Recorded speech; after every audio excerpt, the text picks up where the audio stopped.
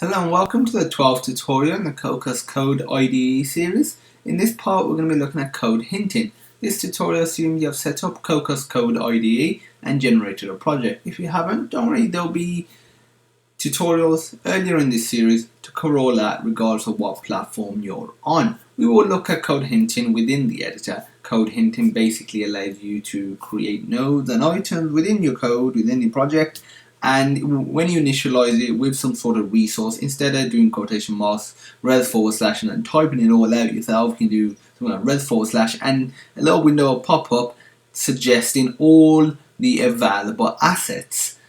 And that is great, it helps save a lot of time. Fortunately, we can use this in a single editor on Windows and Mac. That's a great thing about Cocos Code IDE. Not have to worry about differences slowing development down. So let's go ahead and open up Cocos Code IDE.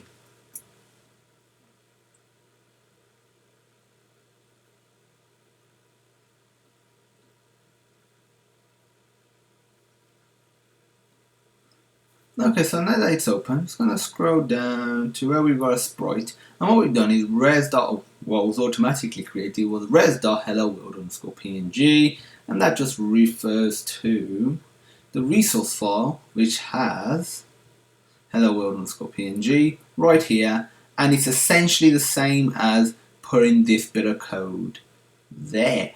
What I find is a lot of developers won't add it to the resources straight away simply because they're just testing out the asset. They want to make sure it works or make sure it's a right fit, and when they're happy with it, then they'll add it to the resource with the correct name and the correct path. So before that, instead of, let's say we're creating a new sprite, var sprite2, very creative in terms of naming, new cc.sprite,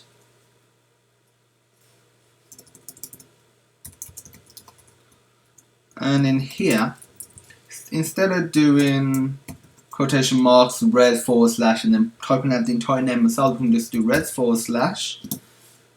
And if we press control space or wait a little while, it's not too long at all, it's like a second or so, then IntelliSense pops up and it shows us everything we've got in the directory, and we can say, okay, yeah, I want to use hello-world.png. Let's click enter and it's right there. You know it's spelled correctly because obviously it's got the correct name for whatever the asset is called in the res folder, so you don't have to keep guessing it. And if you're not too sure, you can just use this. Otherwise, you would have to go to the res folder, either copy and paste your remember and try and type it and make sure it's correct. And you wouldn't know until you run your project. And so it helps save time coding, helps save time debugging because you'll get less errors inevitably. So it's just a great feature. Code hinting is amazing. Use it as much as possible. In the next tutorial, we will cover code snippets. If you have any questions, feel free to message us at support@sonarsystems.co.uk. The email will be in the description. You can comment on this video or just directly message us via YouTube. And as usual, thank you for watching and I hope you have a great day.